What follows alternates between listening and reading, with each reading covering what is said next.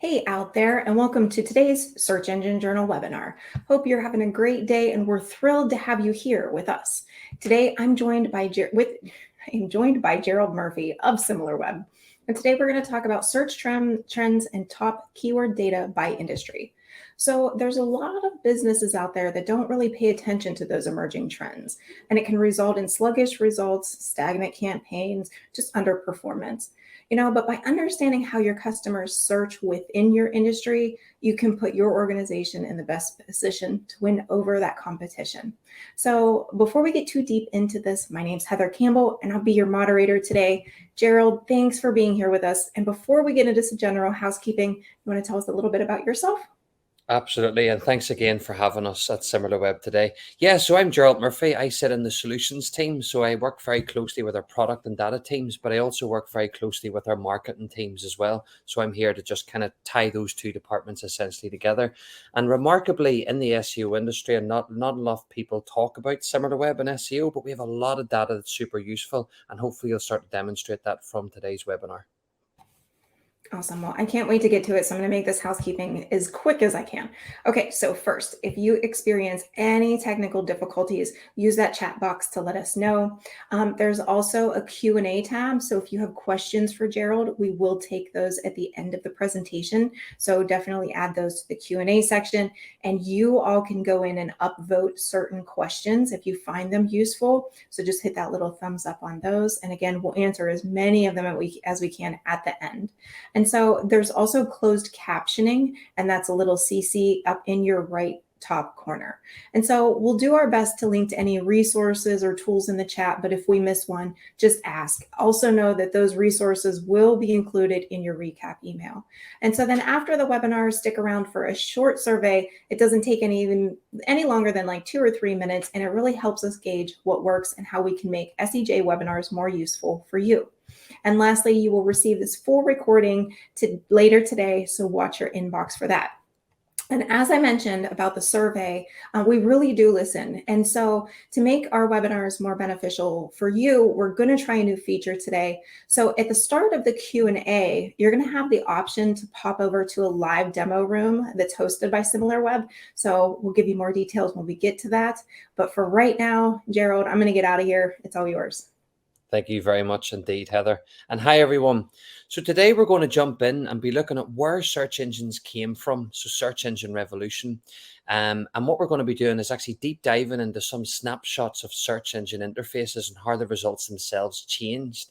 And then for the majority of today's webinar, we're going to be breaking down 2 core metrics: SERP features, which we'll talk about shortly, by industry, as well as keyword difficulty by industry, so that you can have a much better understanding of what's going on, not just in a market, but within a section of that market to better actually improve your performance. So without further ado, let's jump straight in. So search engines themselves actually go back to the 1920s. Oddly, people just think the internet was created about, for example, 25 years ago, and that's obviously then where search came from. In fact, we've been searching since we actually communicated. So years ago, people would have asked each other questions in person. It's a form of search. When it actually comes to more what we're used to on the likes of Google, Bing, DuckDuckGo, and so on, we actually come from a concept called information retrieval. And this is actually how search itself started. So in the 1920s, there was several patents actually created, which is all around statistical machines. And that's actually where search originally comes from. But the person who invented search is a guy called Vladimir Bush. And essentially what he did is he created information retrieval, which is almost like essentially creating a library online. As a result of that, in the 1950s and indeed the 1970s, a lot more of this became automated. So back then, when we had, for example, libraries in physical buildings, librarians would have come in and had to read a book, and then they had to ask questions like, what keywords or what questions would be relevant to this particular book against my other collections? And back then, search engines actually were able to automate this and actually read text on a mass scale and come up and summarize a range of different keywords to summarize that book. And remember, this is in the 1950s, literally when we didn't have the internet. Amazon itself didn't exist. And actually, the world wasn't really evolved. Laptops, televisions, and so on weren't very common at all. Then when we switch to the middle of this slide, you can see that web search was born. And in fact, the first web search engine, the equivalent of Google, actually was created in 1990, which was actually called Archie. And Google itself actually came from a project at university. So the two co-founders of Google created a project at Stanford University in 1996 called Backrub. Again, the name of what it does now sounds completely different. And actually, as a result, once the search engine was created, within literally a few years, SERP features came about. And essentially, SERP features are there to help us find information online using different formats and types of information. And the first SERP features actually occurred in the year 2000 to 2002. So things like textual ads, regular results, which we're going to jump into right now. So let's jump in and have a look at what these interface trends were. So years ago in 1999, the SERP interface was very basic. You literally had a logo, a search box, and a few other options in between. But just look at the interface to how it looks today. It's much simpler and cleaner as well. But you'll often see that. And one top tip to do is to use a website called Wayback Machine. And essentially what it does is actually create snapshots in time so that you can go back 10 years ago to see what types of content your competitor had. So it's a really strategic way to use this technology, which we have used for today's webinar to get these screen grabs. But back then, Google was in beta. You were able to type in a keyword and get results. And the results often look something like this. So you had SERP feature results on the left-hand side, but actually all of the results themselves, there was two systems that were triggered, paid search and organic. And this is also why paid search is quite significant in a lot of organizations across multiple industries. But the organic search results themselves had fairly basic information. For example, they had titles, they had two-line descriptions, and they also had URL information in there. And actually, when you fast forward about 18 years, they haven't really changed that much. But when you start looking at recent years, you'll see they've become a lot more diverse. So in this screen grab, you can see images on the top right-hand side. Below that, you've got things like nutritional information. And fast forward just a few years, you've got things like videos, knowledge packs, all of these different things. And in fact, instead of just two-line descriptions, sometimes you've even got 3 or 4-line descriptions. So that the actual interface itself hasn't really evolved. And the overall trend is, for the most part, starting to slow down when it comes to SERP feature interface. But crucially, what we need to be doing is looking at each of these little components in their own right for you to succeed. And the reason for that is today, it's very common for different keywords to have very different SERP features. That's the biggest change that occurred. Historically, for example, 10 years ago, it was very common for the same SERP features to appear for a lot of very similar terms. Today, that's changed massively. So it's no longer about just looking at your average rank, for example, across a list or a group of keywords. It's making sure you understand your keywords, but crucially identifying keywords that matter to your business. So on this slide, you can see running shoes in the United Kingdom presents this type of SERP feature. For those who aren't really familiar with SERP features, at the very top on the left-hand side, you can see what we call product listing ads, abbreviated PLAs. And then towards the middle on the left-hand side, you can see maps, which we call local pack, or some people call it 3-pack results, because you've got 3 Google Map positions in the SERP. But each of those themselves is called a SERP feature, and that's what we want to start analyzing on today's webinar. And later on, we're going to be looking at even keyword difficulty and introducing you to a range of metrics so that you can start thinking differently and actually starting to think very strategically about what should my strategy be. But essentially, in summary so far, there are many different types of SERP features exist. They are different globally, they're different by market, and they're also different now by keyword. They're becoming more and more diverse. So SERP features are more common than others. So when you look at images, related questions, related searches, and organic inlinks, you can actually find that these are the 4 most common SERP features in the United States and the United Kingdom. In fact, 27% of branded keywords in the United States have one or all 4 or some of each of these 4 SERP features in them. And it's even higher in non-branded keywords. In fact, it's even higher in the UK versus the US, where 47% of keywords have one of these 4 basic SERP features in them.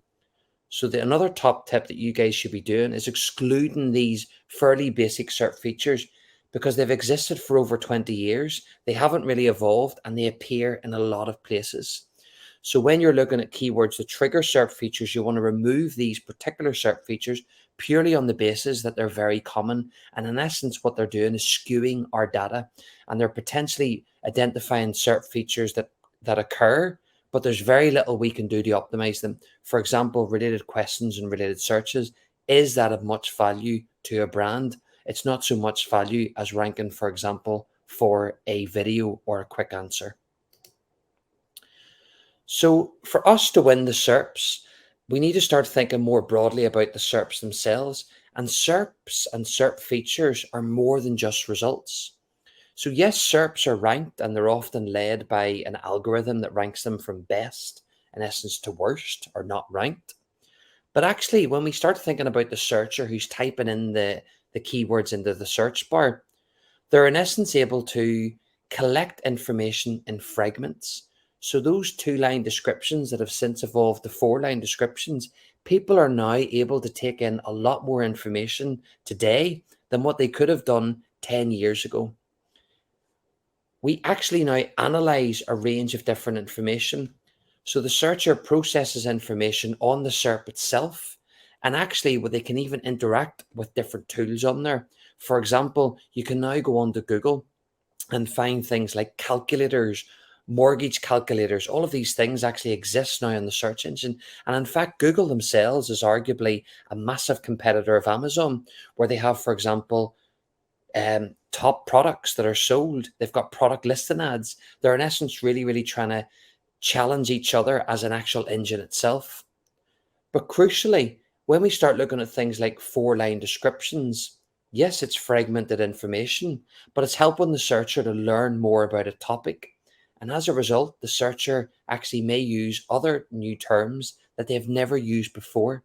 And this is actually one of the big reasons why 15% of searches on Google have never been seen or used before, because we're now starting to read content, thinking about it and trying to summarizing it into a keyword or a collection of keywords within a query. And that really helps us to come up with new terms. So SERPs and SERP features are not just about results. And SERP features themselves exist to purely on the basis of achieving and satisfying 3 modes of search. They are lookup, learn, and investigate.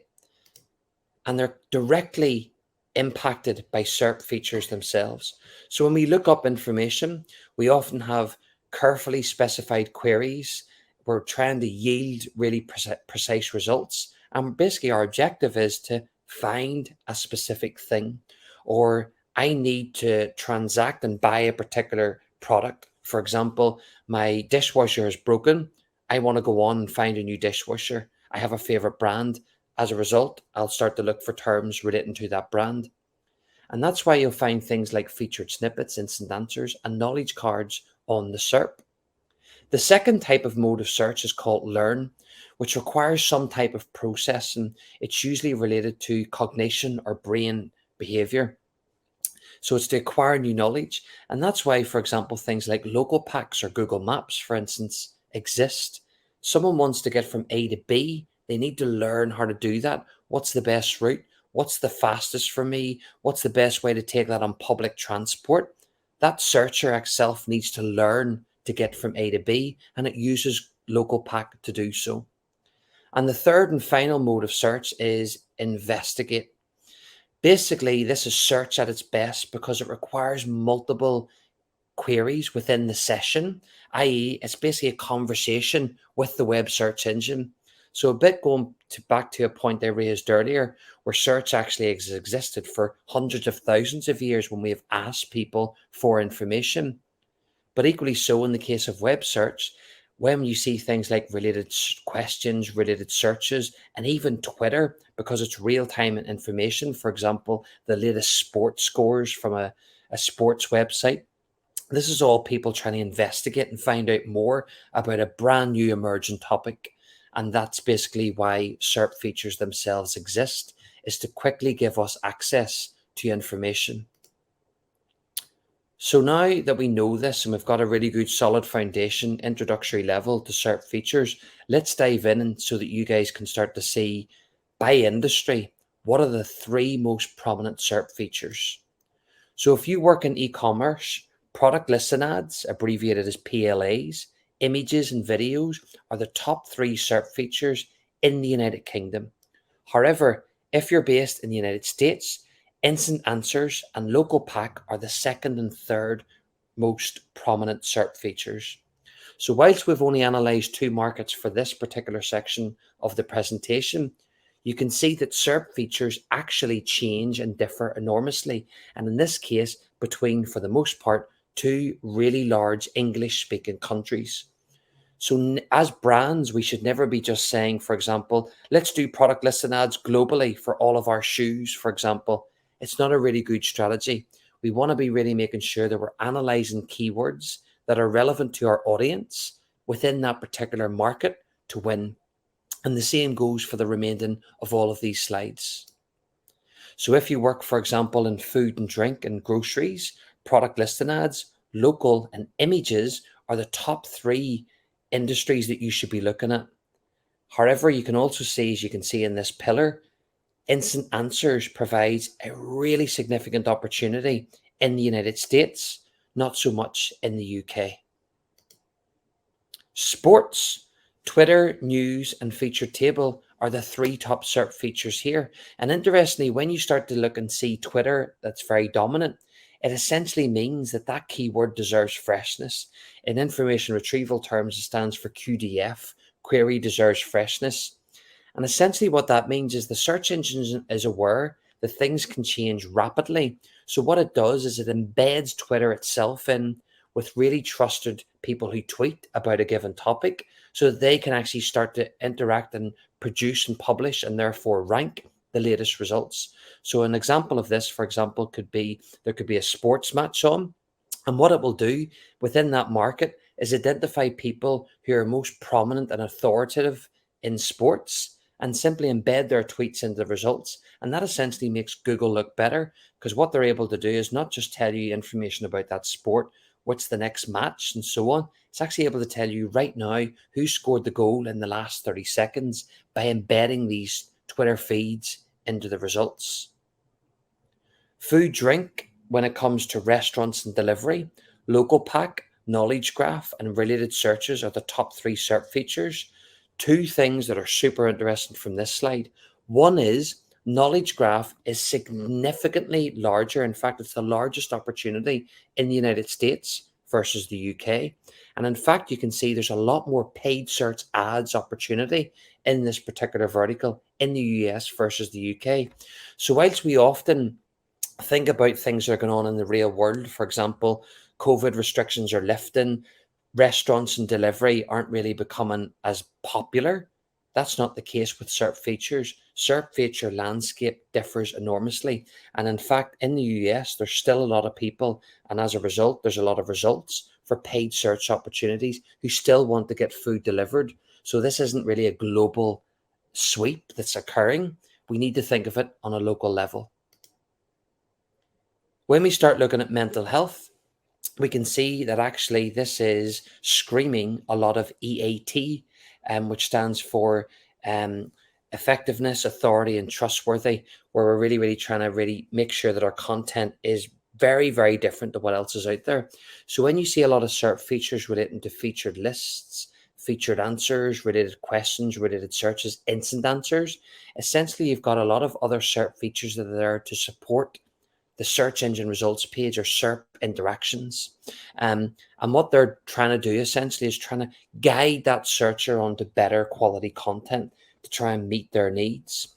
So really what they're trying to do is to really start off almost like a pyramid, where they're trying to start off really broad at the bottom and work their way up to find the most useful information. And that's a really, really nice example of when you see keywords like this that have these SERP features, where you should really be starting to map out the buyer and consumer's journey. What does this person actually want to achieve by the very end? And what type of content do I need to create to actually complete that entire workflow? If you're in jobs and careers, overall, no surprise, jobs is the most prominent SERP feature in both those markets. Everything else is virtually non-existent. When you're looking at, for example, law and government, and interestingly, when you see more of a big, wider distribution of SERP features, this also indirectly screams EAT. So our content needs to be very different. There's no point brands creating a blog post because a competitor has done so. There's no point in just creating a piece of content that's a bit like something else that's out there. What's the point? For you to get ahead of the game, we need to think and do things differently. And what we need to be doing as brands is to create completely unique, different, well-researched content to shine.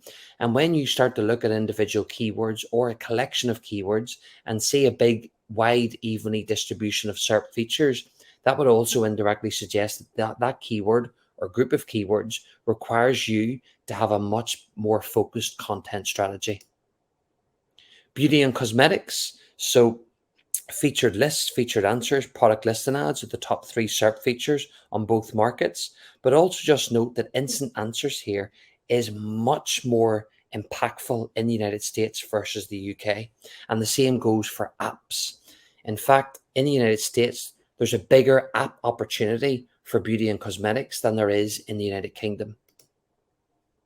Fashion, again, product listing ads, huge. So you can start to see for some industries that have a lot of transactions and interactions, they often have a lot of product listing ads where they have actual physical products. Again, it sort of makes sense when you start to think about it. But also this data showcases that some old school SERP features, in this case, images and paid search, things that have existed in the last 20 plus years, are still really prominent in this space. And what this would also indirectly suggest is there are some industries that are really far behind and other ones that are much more advanced. So news and media is a really good example of a much more advanced industry. Third top tip of today's webinar is to look at news and media websites and find out what sort of things they're doing. Regardless of which industry you come from, look at this because it's the most advanced. They are amazing at producing content for query deserves freshness keywords. They're amazing at producing a vast amount of content that's actually quite different overall out there. But they're also amazing at producing content that's very similar to other news and media websites. For example, in the US, if there's a Supreme Court decision, a lot of that content for the most part is quite similar.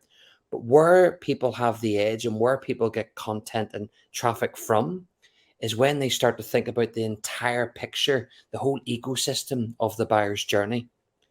And when you start to see SERP features that have over 40% coverage, you can start to be very confident that this particular industry is very mature, i.e., it's not just about having a market leader or a dominant person who's in the mix.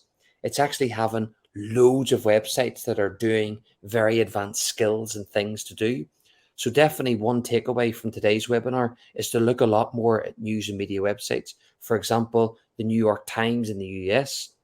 You've got, for instance, in the UK, things like the Daily Mail.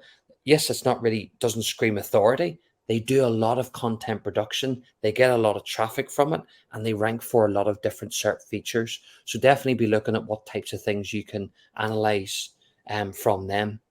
Again, very like careers, you can see that travel, flights and hotels are the 2 top most dominant SERP features.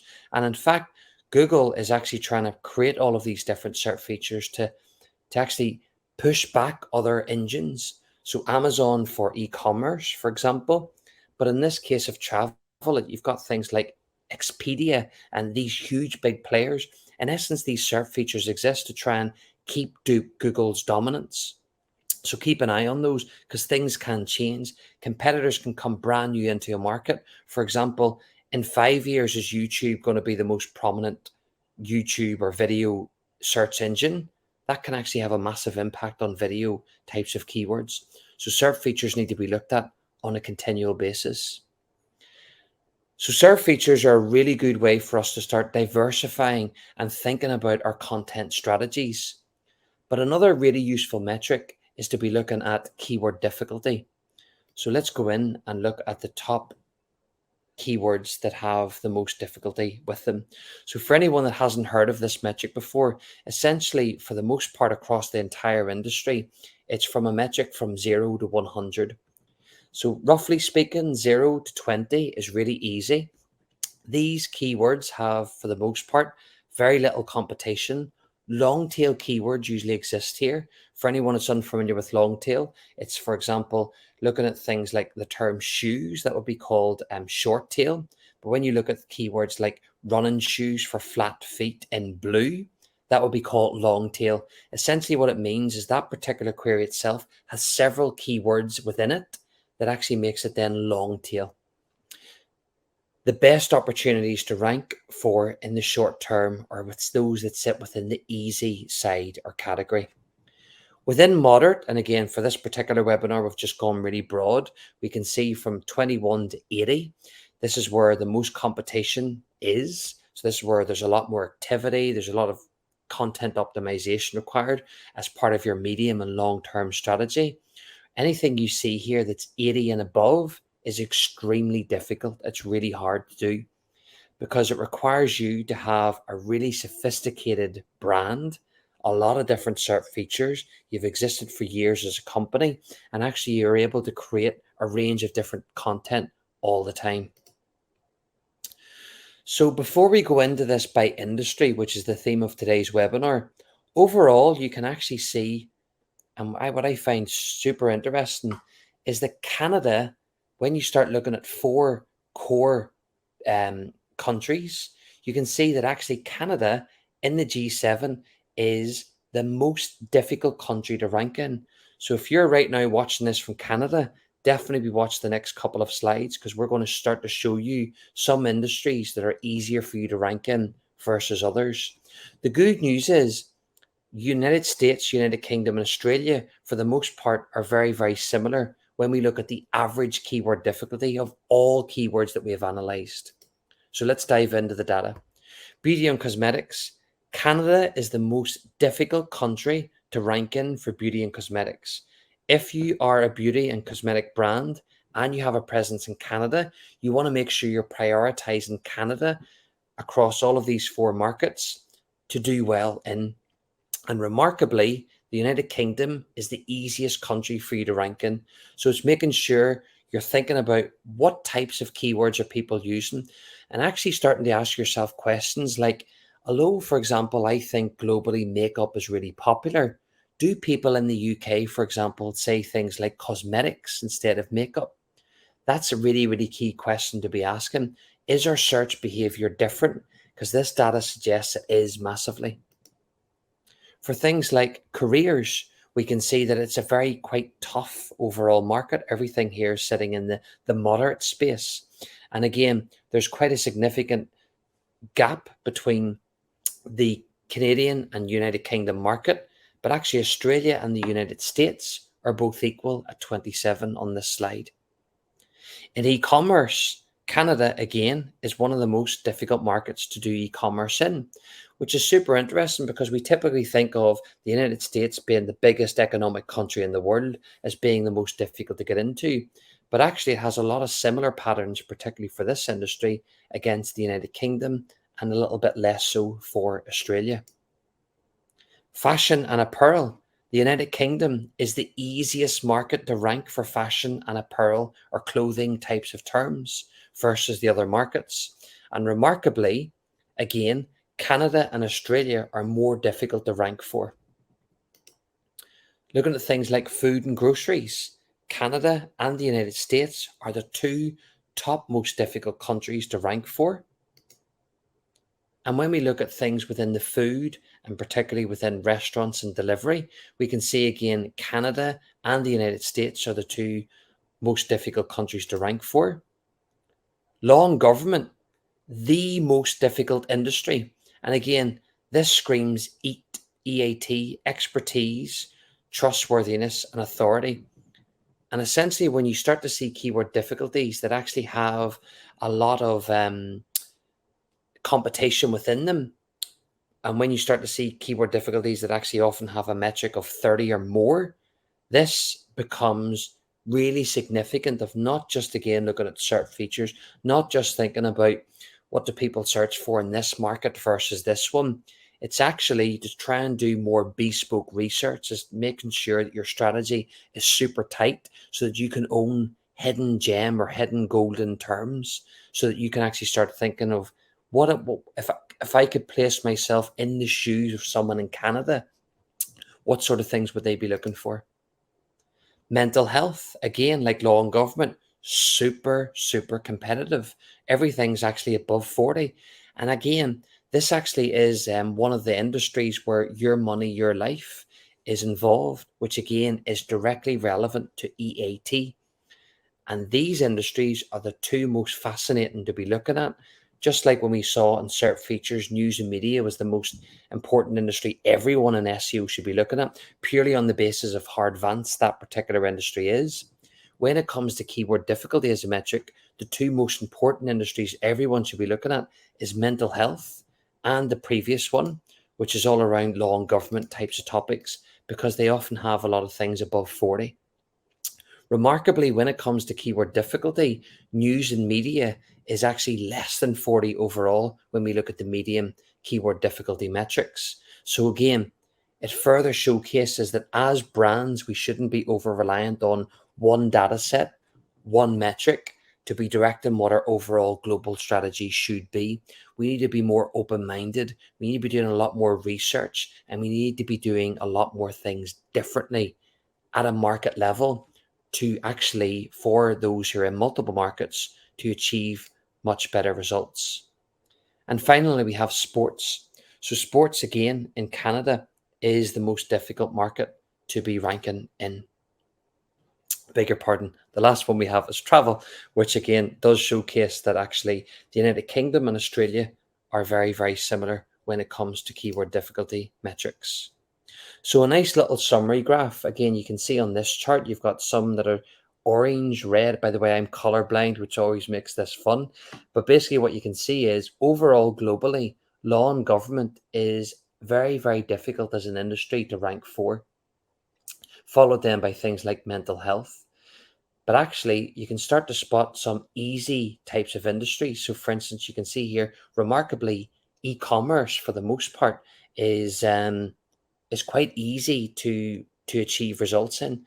But when you start thinking about the types of keywords people use, for example, sneakers versus running shoes, this data really does start to showcase why there's massive differences in some markets. And what it also suggests is we need to know what people within a market searches for, rather than thinking, for example, let's track the word shoes globally across all English speaking markets. That's not the case. We shouldn't really be thinking about that, because that's taking a global approach to a local market that has very, very different SERP features, keyword difficulty metrics, and actually things like rank. There's no such thing as a global rank.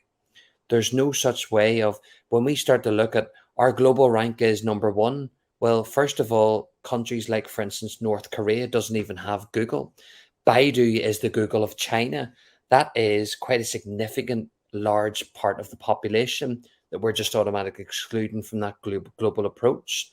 So making sure we're moving away from global types of metrics, global monitoring, towards more multi-market individual monitoring, so that you can start to win each of your markets. So we've just recently updated our SERP feature white paper. You can simply download that report using this link on the left-hand side.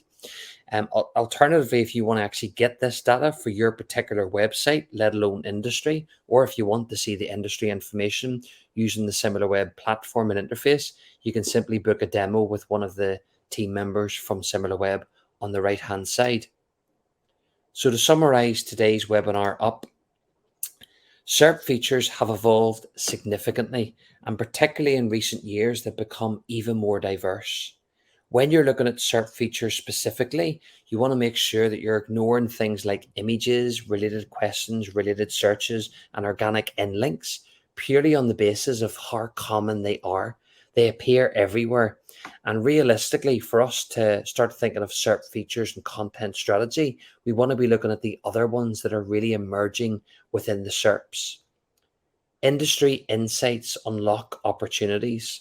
So news and media is the most advanced industry for SERP features. So regardless of which type of website you work on, look at websites like, for example, the New York Times and find out what things are they doing, what's their performance strengths, what's their performance weaknesses, because actually these massive domains are doing incredibly well when it comes to SERP features so that you can start to adapt that into your own industry's tactics.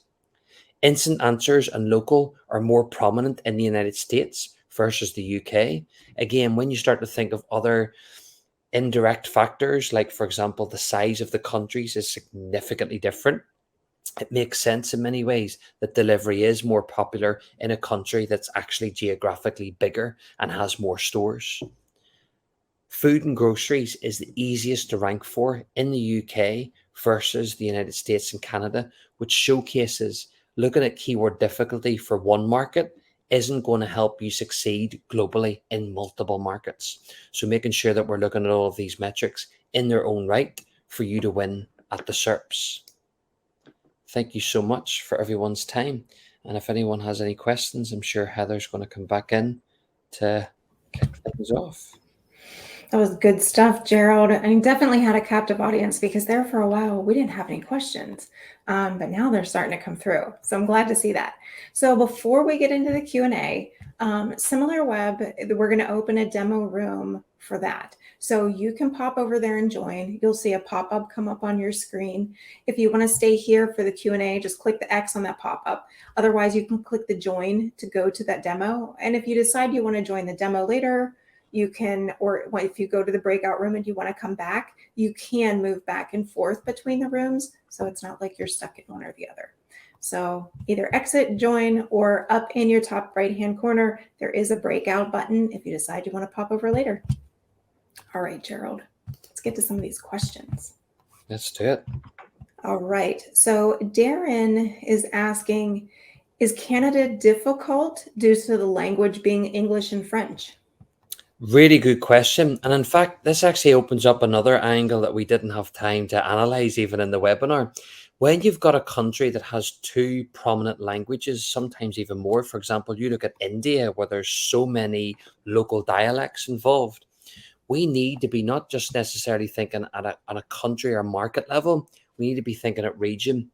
So the top tip when you're looking at Canada is to really actually look at Montreal as a region within Canada, purely on the basis that most people there speak French on a day-to-day basis, and then everything else becomes, for the most part, English speaking. But what's super interesting is when you start analyzing the same keywords that are directly translated from English to French in Toronto, you'll actually see that there's very, very different SERP features and keyword difficulty metrics at a really, really local city level. So in answer to your question, you need to be making sure that when there's multiple languages involved, you have an even more precise view of what's going on within that market. And I think some of that answers Catherine's question, but let's see if you've got anything else to add here. So she asks, the keyword difficulty results here are based only in English. What if English keywords in other languages or keywords in other languages are considered? Sorry. Exactly, yeah. So if you're in a brand that's in multiple markets, I think it's best practice to have a very short number of keywords that's directly translated and localized into that local language so that you can have an understanding of how big is my brand, of the core things I sell. So let's say, for example, Walmart was active in all 200 countries or so. They would want to be interested in how well am I doing for laptops or electronic keywords. So they would want to actually analyze those keywords. So from a reporting perspective, translation and localization is extremely important.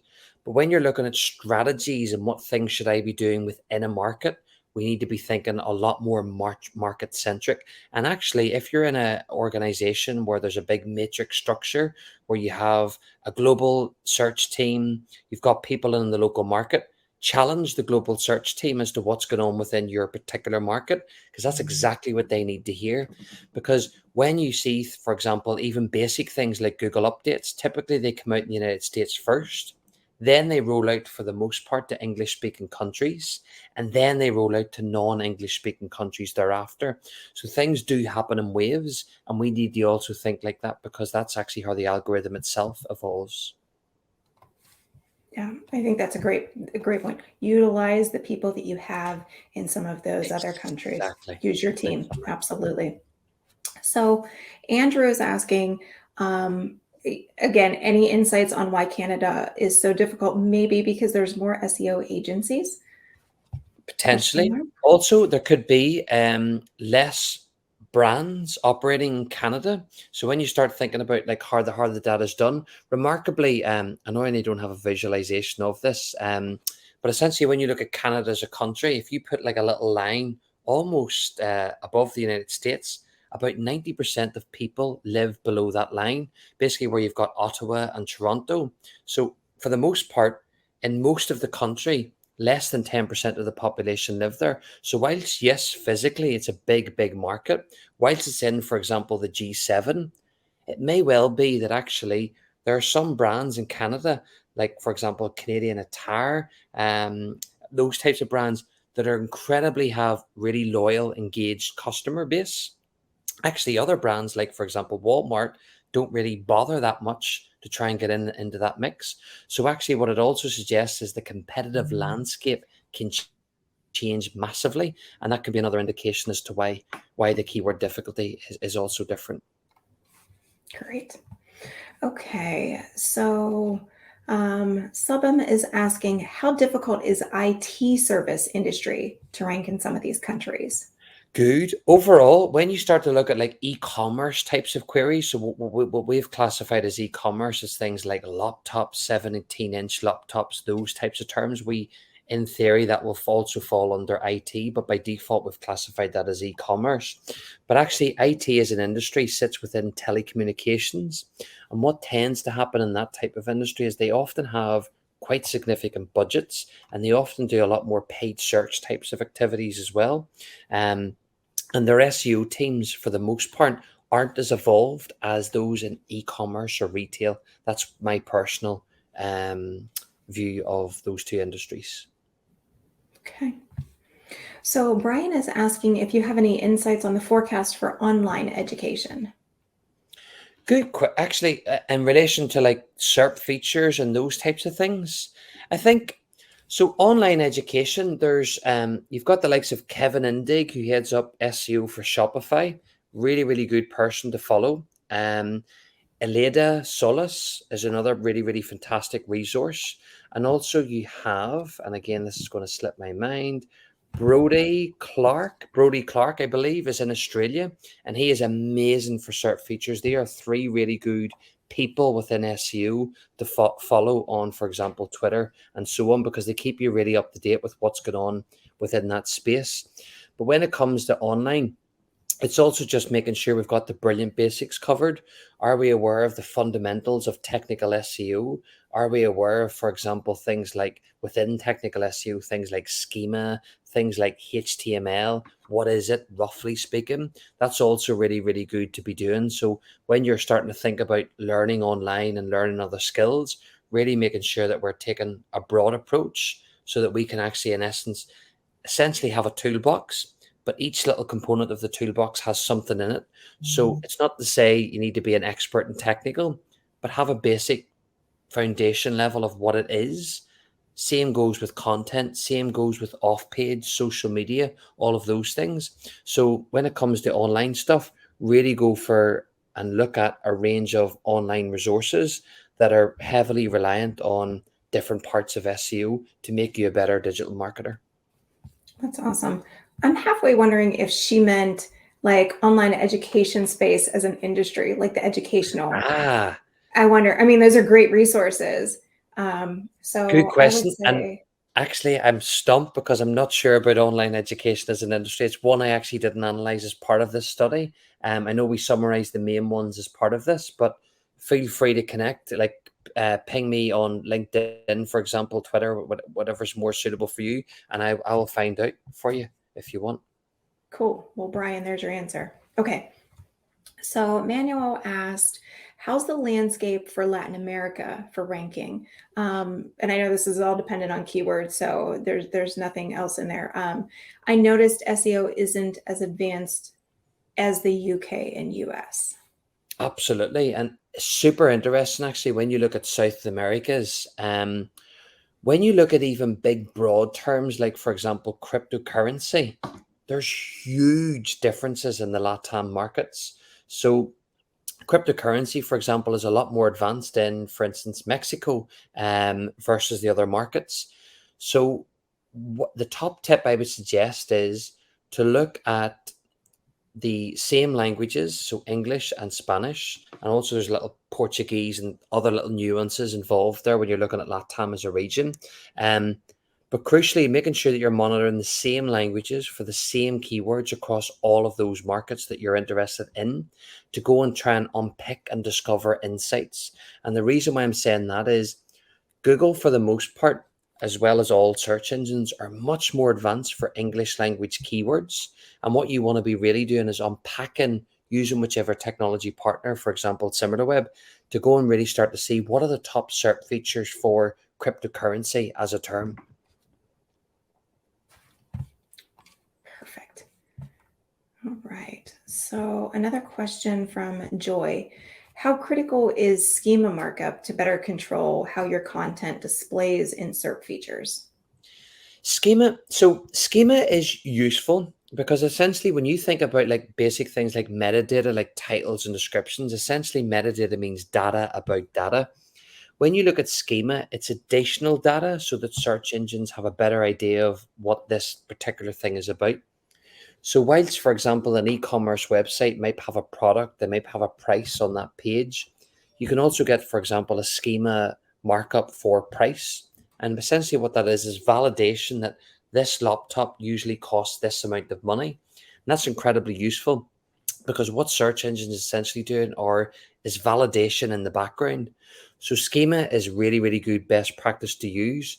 Now, oddly, schema, a bit like JavaScript, actually, you can get penalized if you don't do it properly.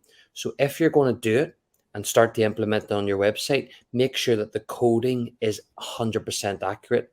Because if you've got inaccurate schema with the intention of trying to do good things, you can actually be negatively impacted when it comes to your rankings of your keywords from a language perspective, a markup language, as they call it.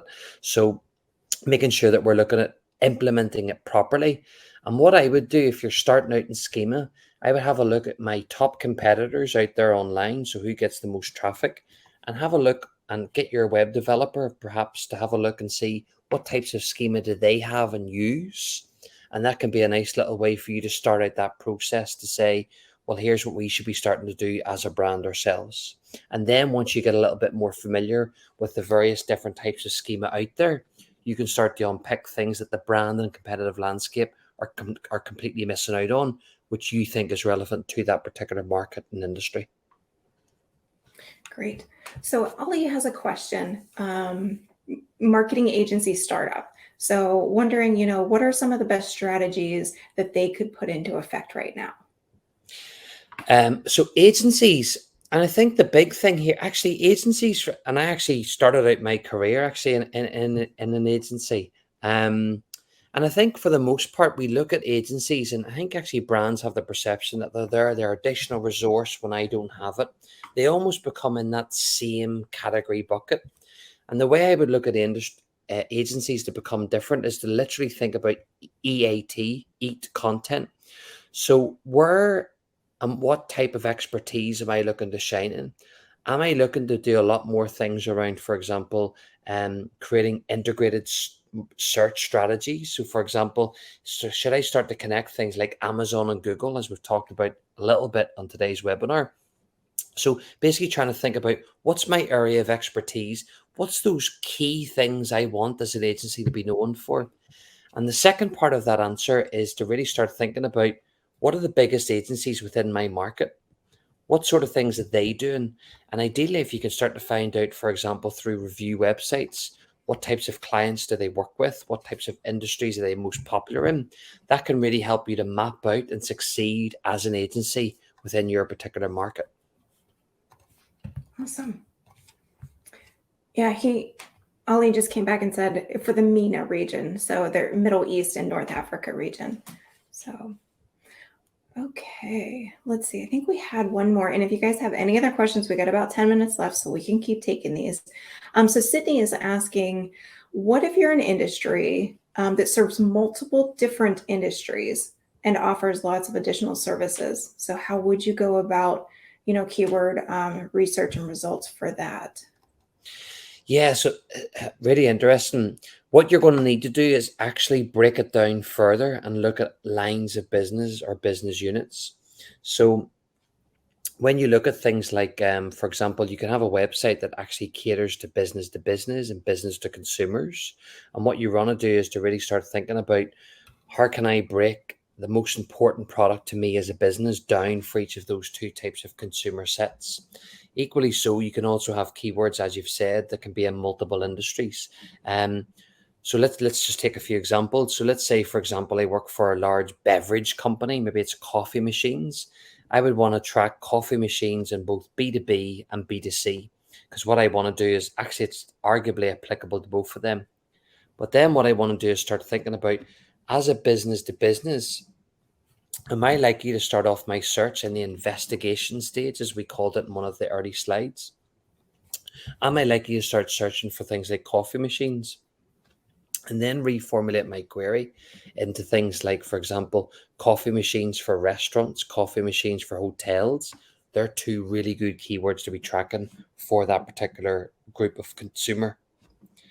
The second thing is, if a keyword is applicable to multiple industries, simply track it as if it's in multiple industries, but also duplicate it where it's unique to an industry.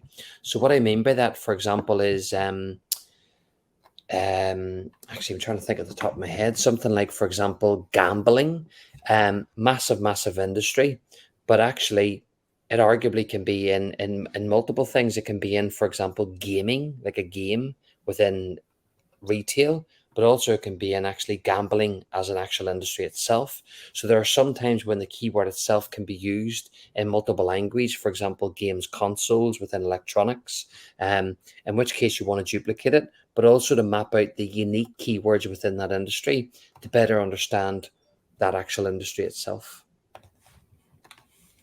Awesome. So I think that's about rounding out all of the questions that we have for right now. We'll see if anybody else, pops anything else in there. But Gerald, definitely tell the people where to find you and, if there's anything else that you want them to walk away with today. 100%. Yeah. So you can get us on, so SimilarWeb, we're on Twitter, we're on LinkedIn, Facebook, all of that good stuff. Me personally, you can get me under Gerald Search, is what I kind of go under. So you can get me under, for example, Twitter, where I'm now starting to post things that are happening within the industry, events I attend, all of those good things. And of course, you can just simply follow us on similarweb.com to find out the latest, for example, webinars we've been doing as a company, all of those good things. Awesome. So we still have about 7 minutes left. I would love to take some more questions. We also have that breakout room if anybody is interested. So let's see. Brian asked a question. How do we research for profitable categories in SERPs from a sales? Oh, Christina took it too fast. Hold on a second. How do we research for profitable categories in SERP in sales to increase sales? Really interesting. So, right, if you're in e-commerce, and this gets a little bit complicated where you need to do this several times. So For example, if I worked for an e-commerce website, my first approach would be look at my default analytics. And what I mean by that is which analytics system is understood within the company, because that's going to actually help you to get things done later on. So if, for example, a lot of people use Google Analytics, I would look at that. What I'd then be doing with that information, I would be looking at things like what are my most top converting subfolders? So do I have a lot more sales and conversions for electronics versus, for example, home and garden? And that I would use that information to really map out and prioritize each of those industries from most converting to least converting. Then what I'd be doing is looking at keywords that be most relevant to each of those particular parts of the website. And then what I'd be thinking about is keyword intent. And actually, we are going to release a keyword intent metric out in a hopefully by about 2 months' time. We're going to be actually categorizing this automatically in the back end where you can see keywords that have high purchase intent versus keywords that have a high awareness intent. Now, essentially what you can do as well is in the meantime, you can do that manually. So for example, going back to an example I used on today's webinar, which is things like shoes. So shoes is what we would call an awareness keyword. It's so broad out there. Are you looking to do hiking with this? Are you looking to go to the local stores with these shoes? Like what exactly is that person doing? That's what we would call an awareness keyword. When we start thinking about the funnel and going back to that pyramid structure, you've got awareness at the bottom. Then when we start working our way up at the top, you've got consideration. So things like running shoes. Okay, so the searchers thought a little bit more about actually running shoes. I'm actually now no longer potentially looking to go to the local stores or go up a mountain. I'm looking to actually run. And that would what would be called the consideration keyword. When you have things like decision or purchase, it's things like running shoes in blue or other characteristics to them. So essentially, the answer to your question is to do keyword segmentation on many levels. But the principle of it needs to be the same regardless of which business unit it's in. So that when you then do evangelization within the organization, you're then able to start saying and teaching people awareness keywords are good for literally brand awareness. Consideration keywords have a lot more meaningful conversion intent behind them, but decision and purchase keywords are even more meaningful. So an example of that could be something like running shoes in blue for flat feet. That would be a really good example of like someone knows they have flat feet, someone knows they have running shoes, someone knows they want them in a certain color. If they can get good results and good products to match that, they're highly likely to convert with you as a brand. Now, actually, I sit within SimilarWeb in the digital marketing solution, but we actually do have another solution called Shopper Intelligence. So for anyone actually is in retail, we actually have keywords and conversion data side by side. It's in another solution, and that actually helps you to figure out what things are going on at a keyword level in terms of conversions. Perfect. That was a good explanation. So we get a question from Veron.